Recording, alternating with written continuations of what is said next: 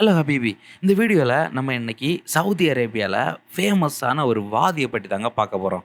வாதின்னா என்னன்னா, நீரோட தாங்க. மலைப்பகுதியில இருந்து வரும் வெள்ளத்த தான் வாதின்னு சொல்றாங்க. அந்த வாதி எப்படி இருக்கும்? எல்லாம் முழுசா பாருங்க. வாங்க வீடியோக்குள்ள போலாம்.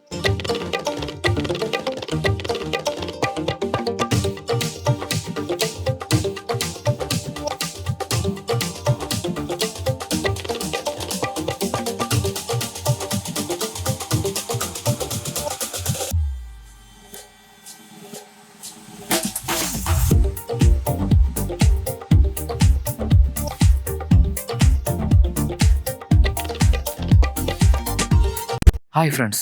நம்ம யூடியூப் சேனல்ல லாஸ்ட் 2 வீடியோ பார்த்தவங்களுக்கு தெரியும். நாங்க ஜுபைல் டூ வாதி அல் நஜாப் தாங்க போயிட்டுருக்கோம். அது மட்டும் இல்ல அபஹா, அல்பஹா போன்ற பகுதிகளுக்கும் போயிட்டுருக்கோம். இந்த பகுதிகளுக்கு போகும்போது பார்த்தீங்கன்னா, ஒரே மலை சார்ந்த பகுதிகளா தான் இருந்துச்சு இந்த பகுதிகள் எல்லாமே. அப்புறமா நாங்க போகும்போது இங்க வந்து நல்ல மழை பெஞ்சுட்டு இருந்துங்க. நம்ம ஜுபைல இருக்கும்போது நெறைய பேர் சொல்லுவாங்க, அபஹா பகுதிகள் எல்லாம் எப்போதுமே நல்ல மழையா இருக்கும். ஆனா அந்த டைம்ல நான் அத நம்பல.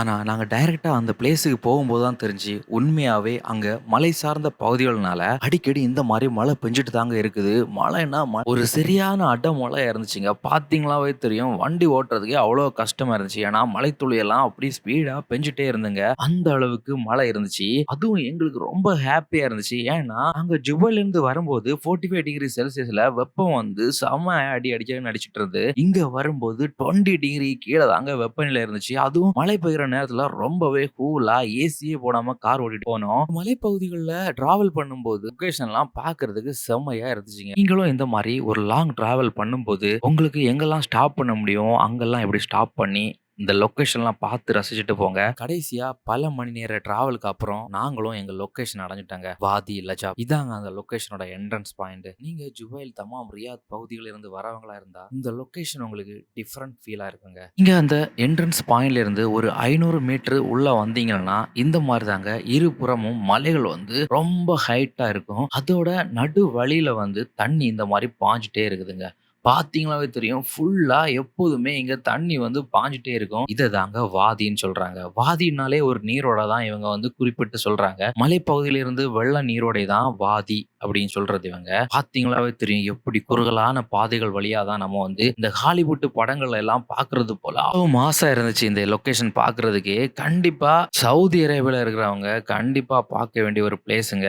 இந்த மாதிரி ஒரு பிளேஸ் இருக்கான்னு நமக்கே கண்ணு கட்டி விட்ட போல இருக்குதுங்க. ஏன்னா நம்ம சவுதி அரேபியானாலே ரொம்ப சூடு, நல்ல பாலைவன பிரதேசம் அப்படிதான் எல்லாரோட மனசுல இருக்குது. ஆனா அதுக்கு நேர் ஆப்போசிட்டா இந்த லொகேஷன்லாம் இருக்குங்க. ரொம்பவே கிராமப்புறங்கள சார்ந்து தான் இந்த ஊரெல்லாம் இருக்குது. தண்ணி எல்லாமே வந்து நேச்சுரலா தான் கிடைக்குது. நம்மள போல இங்க ஜுபைல இருக்கிறவங்கள போல சீ வாட்டர்ல இருந்து நம்ம தண்ணி கிடைக்கல. இவங்க வந்து நேச்சுரல் வாட்டர் தான் யூஸ் பண்ணிட்டு இருக்காங்க. அந்த அளவுக்கு ரொம்ப பிரம்மாண்டமான ஒரு லொகேஷன் தாங்க இந்த லொகேஷன்.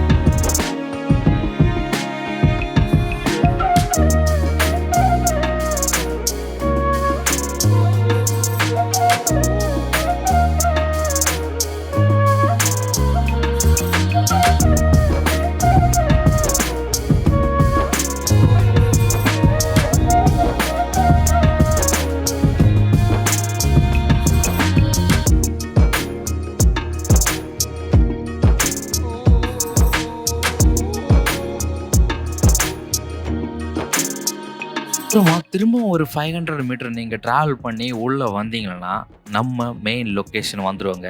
இங்க தாங்க நீங்க வந்து குளிக்கலாம். தண்ணி எல்லாம் இங்க வந்து இந்த வழியா தான் மலைப்பகுதியில இருந்து தான் இந்த வெள்ளம் வந்து இங்க வந்துட்டு இருக்குது. பார்த்தீங்கனாவே தெரியும். நம்ம வந்து ஊர்ல கன்னியாகுமரியில இருக்கிற மக்களுக்கு தெரியும். காளிகேசன் ஒரு பிளேஸ் உண்டு. அந்த லொக்கேஷனும் இந்த மாதிரி தான் பாறைகள் நிறைந்திருக்கும். அதே போல தாங்க இருந்துச்சு. ஆனா அதை விட ரொம்பவே பாறைகள் எல்லாம் பெரிய பெரிய பாறைகளா இருந்துச்சு. ஆனா நீங்க இங்க ஏறி போகும்போது பார்த்து மெதுவா தான் போகணும். அவசரப்பட்டு ஏறுனீங்களா சறுக்கி கீழ விழுந்துருவீங்க. அதனால இங்க இந்த வழியா போகும்போது பார்த்து போங்க. ஒரு 100 மீட்டர் நடந்து போக வேண்டியிருக்கும். மெயின் ஏரியால குளிக்கணும்னா. ஆனா அதுக்கு மேல உங்களுக்கு எவ்வளோ தூரமும் போக முடியும். நாங்க போகல. ஏன்னா நாங்க ஆல்ரெடி லேட் ஆனனால நாங்க போகல. ஏன்னா போனீங்கன்னா ஒருவேளை காட்டாற்று வெள்ளம் வந்துச்சுன்னா அடிச்சு கொண்டு போயிரும். அதனால ஒரு குறிப்பிட்ட ஏரியால நின்னு குளிக்கிறது எப்போதுமே safe.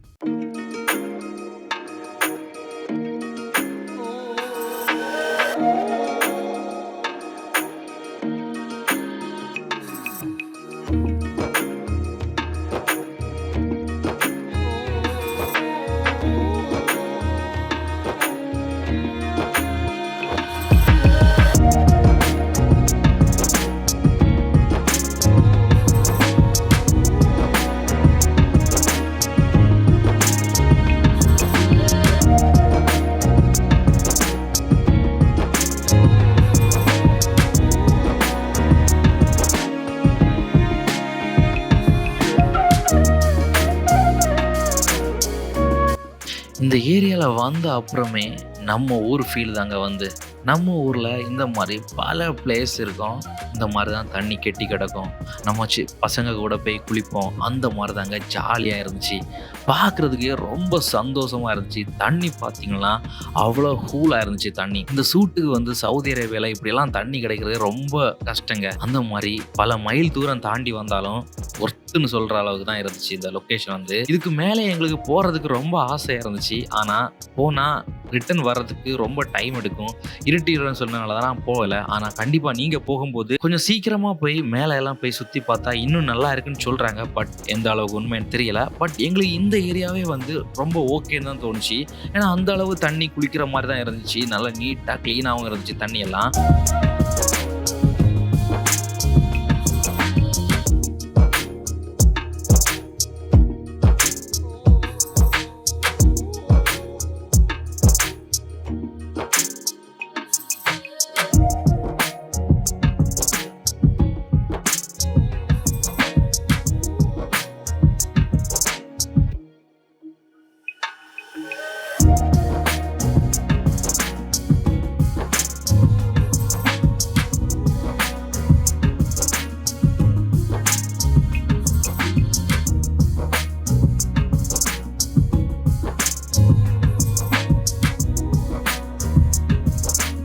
One and half hour நாங்கள் நல்லா குளித்தோம். குளிச்சுக்கிட்டு திரும்ப கிளம்பிட்டேங்க.